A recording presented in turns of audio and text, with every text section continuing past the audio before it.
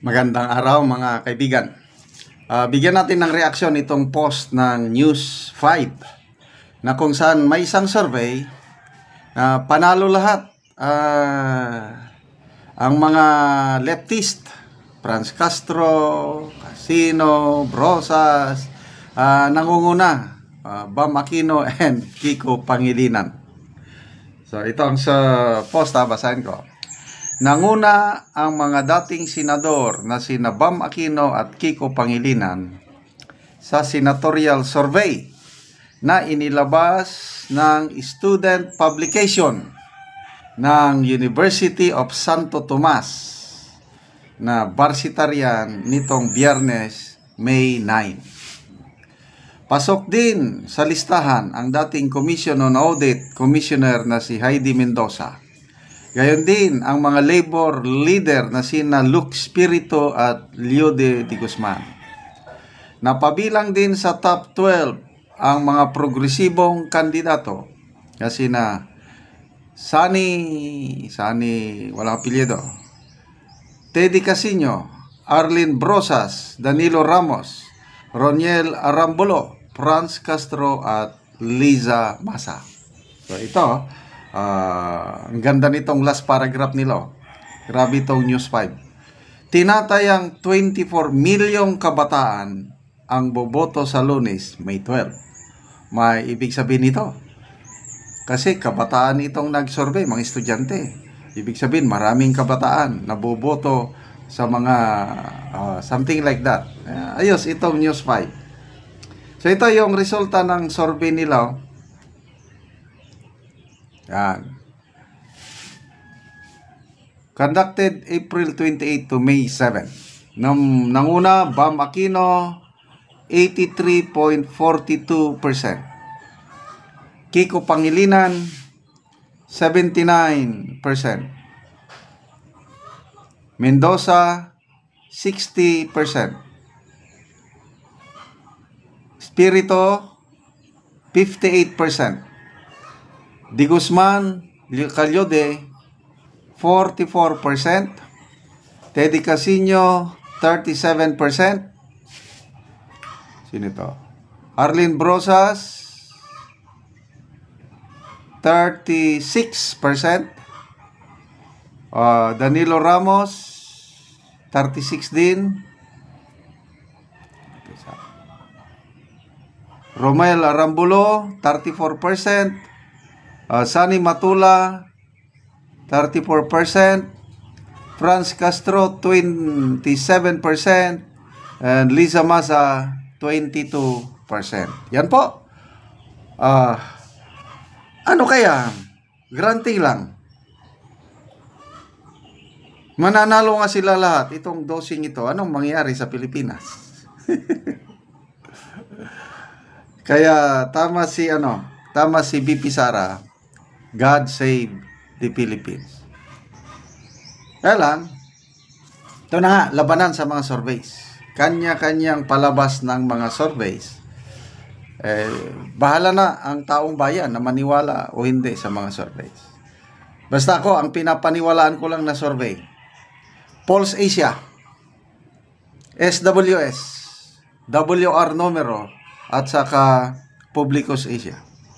All others, I'm sorry, lalo na yung Tangery at saka Okta Research, hindi ako naniniwala. Yung Tangery na survey, grabe. Ang highest rating nakuha ni Pangulong Marcos Jr., 61.8% ang kanyang satisfaction rating. Wow. Palakpak naman. But survey lang yun. So, nasa atin na po, taong bayan, kung maniwala tayo sa survey o hindi. So, sa survey ng SWS at saka Pulse Asia, halos magkaparihas. Ang mga siguradong panalo na dyan, Bongo, Erwin Tulfo, Bato de la Rosa, yung isa pang Tulfo. Pasok lahat yan sa dalawang survey, itong Pulse Asia and SWS. And then, Lacson and Tito Soto. So 6 na. Pasok na rin si Abi Binay, Cayetano, sino pa? Villar, Amy Marcos. Sa dalawang survey nito Willie Rebillame. Sumusunod sina Marcoleta, Bam Aquino, may isa pa na naglalaban-laban.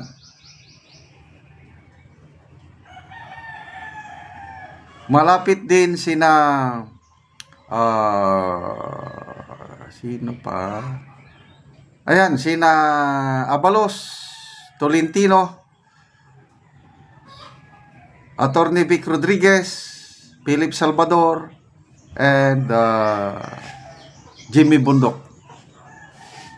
Yan yung na-register sa mind ko na nasa winning circle, yung may pag-asa pa. Lalo na ngayong boboto, ngayong there will be a lot of surprises. May post na nabasa ko na dark horse daw si Congressman Marcoleta. Basta wala lang dayaan, there will be more surprises. Lalo na pag nagboto na ang Duterte plus 2.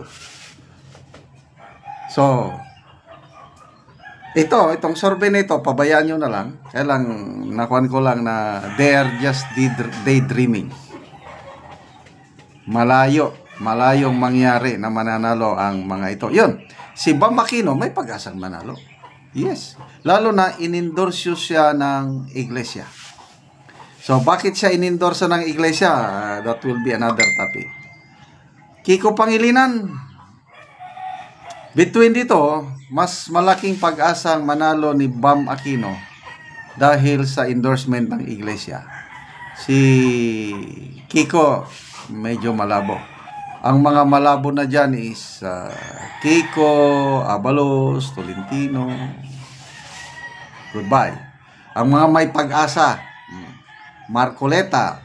Ayan, Camille Villar and Amy Marcos, sa tingin ko mananalo na yan. So ang mga may pag-asa, depende na sa Duterte plus 2 natin is Marcoleta, Attorney Vic Rodriguez, Jimmy Bundok, and Philip Salvador. Okay, so ready na po tayo. Boboto bukas ng umaga. Salamat mga kaibigan sa inyong pagtangkilik sa ating channel. Nakakatulong kayo ng malaki sa tribong Talandig ng Bukidnon dahil ang sweldo natin is pantulong sa tribo. Namimigay tayo ngayon ng libreng yero at pako para ma-repair ang sira-sirang bahay ng tribong Talandig. Namimigay din tayo ng livelihood assistance. Nagpapatinim tayo ng saging lakatan. Kung may itinanim, may aanihin. Panoorin nyo ang video na ito. Anak ko sa saging lakatan ni Manoy Iking ug ako karon siyang bisitahon. Maayong buntag Manoy. Mayong buntag. Oo, gonsa man ka Manoy? Agabuno ko. Complete. Og nukos munyon. Complete dopos amonium. Oh. O mga dagko na gid man imong saging. Oh, salamat po.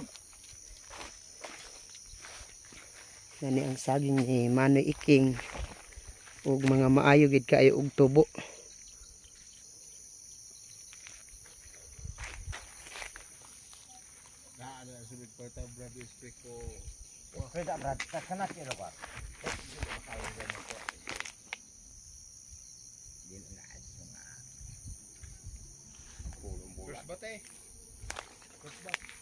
Oh.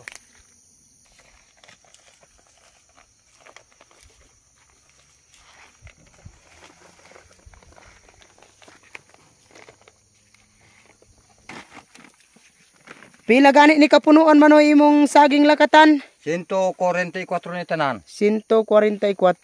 Oh. So daghang gyud gawas nga hinlo, tambok ug maayo Oh. pod ang tubo sa saging ni Manoy Iking.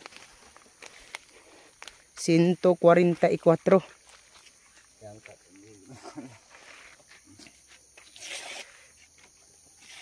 Og karon Manoy, unsa imong maistorya bahin sa padayon sa pagpananom og sa pagsuporta sa abono guban pa nga magamit nato sa saging Manoy? Nagpasalamat kid ko sa Ginoo nga ingon man sa nagtan-aw sa video nga nagsuporta sa abono. Oo. Nagpasalamat ko nga